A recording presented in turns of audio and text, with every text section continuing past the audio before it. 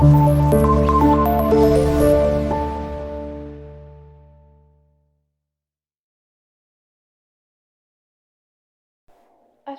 عليكم ورحمة الله وبركاته. كبجمتوتا في دعوتوتا وردفتوتا يوتيوب channel كي جرت أرقمتن ويلكام وردفتوتا كي أشما هركفوني وردفتوتا هريما أوروتوب جرت أرقمتن وروني هنقاما ماتينا لتني ججبسا ترتن قلتو مقلن كسن قدا دچاتو روني هاروتاتن أسمان غير يوتيوب channel كنا في دبلا ما نججبسا سبسكرايب لايك شير قدا ماتي نفتا مسيسا ماتي يوتيوبي كنا تأسين جرا إيجا وردفتوتا كيا أكما فيديو كاليس وجد لرد كتا تقفى ريال الجهان دقيقة خدا فرمجانا هيني أكامت ياسوفنا برنوتا كتا تقفى إسنا كرسي سيرا إيجا اللي أكما سان كتا لغاما كتا لما فاتت دبرا أولا ريال دي دما تقوتتني ريال دي دما نموني fayyadamtoonni shariyaa sawataatan ni beeytanii riyaala 3 irraa murataa riyaala 20 kaardiyoo bittan egaa riyaala 20 itti guuttanii geessitanii mana miseenjaraa keessan keessa seentanii mana miseenjaraa mobaayilii keessanii irra jechuun fayyadamtoota sawaarri taatan shariyaa sawaa isa kana mana messenger keessatti seentanii egaa riyaala 20 itti guuttanii iddoo isaaniin tuuxanii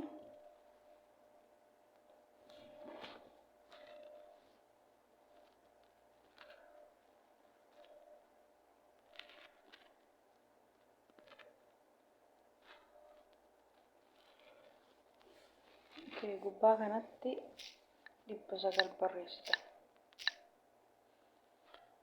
riyaala 20 itti guuttanii majjaana hidhuu yoo barbaadan har'aa kun kutaa lammaffaadha.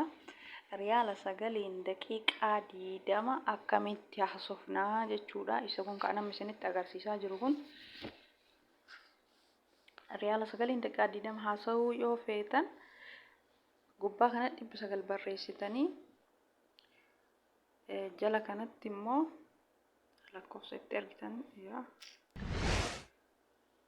bakka kana jala kanatti text messenger bakka jedhu kanatti 8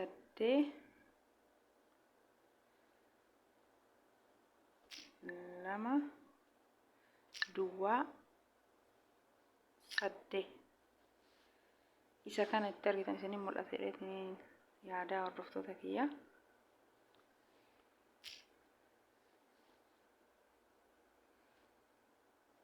isa kan itti argitanii jechuudha.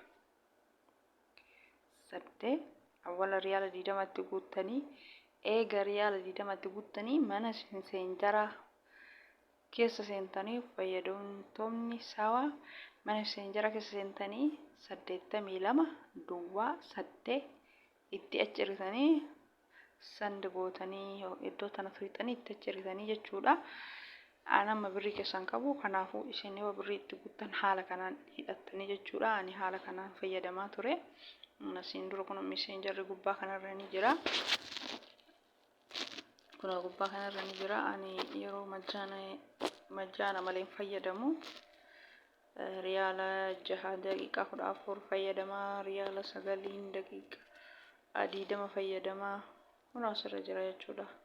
Kan yeroo fayyadamu itti argu jechuudha kunniin kun sadarkaan viidiyoo isin hojjedha.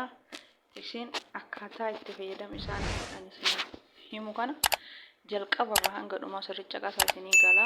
Kaardii guuttanii ala tuulla waliin dandeettanii majjaana kanaan garuu akka feetanitti maatii keessan firoottan keessan nama feetan akka ajaa'ibaatti haala gaariin dubbiftanii jechuudha. Egaa akkuma asirratti argitan kana kun lakkoofsa kana itti ergitanii jechuudha. Egaa birrii guuttanii mana messengeraa keessa seentanii gubbaarratti 900 barreessitanii egaa si jala gadi buutanii 82 duwwaa 8 kun riyaala 9 daqiiqaa 20 isiniif dalagaa jechuudha. Nama birrii keessan qabneef lakkoofsa balleessee duuba deebi'a. Egaa hordoftoota kiyya riyaala 9 haaluma salphatti daqiiqaa 20 akkaataa ittiin haasofnu isinitti argisiisee jira. Irraa fayyadamaa isiniin jedha hordoftoota kiyya.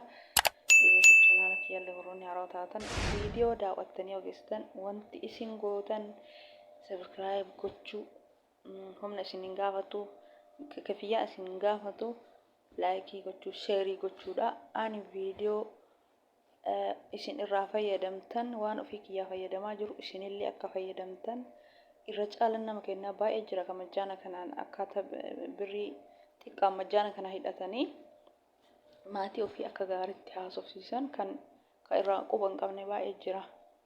Kanaafuu sheer godhaa fi irraa fayyadamu. Namni baay'ee jira kan maatii ofii haala gaariin dubbisuu barbaadu kan neetti hin qabne, kan neetti illee qabaatu. Amma yeroo tokko namni hundi imoon hin fayyadamu biyya keenya.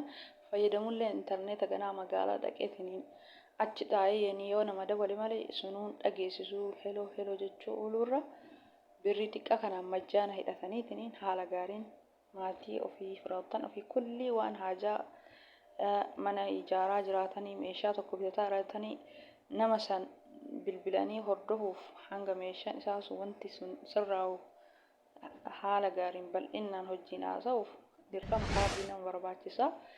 Kanaafuu yaada ofii waan barbaadan dhimma ofii ibsatu kaardii itti guutuu nama barbaachisa. Kun immoo haala salphaan maatii keessan daqiiqaa dheeraa akka itti haasoftan isin fayyada. Irraa fayyadama isiniin jedha. Egaa hordoftoota kiyyaa viidiyoon kiyya kanarraa qabadhee dhufee kana fakkaataa. Hanga viidiyoo biraatiin walitti dhufnutti assalaamu alaikum warahmatullaahi wabarakaatuh. Hordoftoota kiyyaan nagaatti hanga viidiyoo biraatiin walitti dhufnutti nagaan naa tura.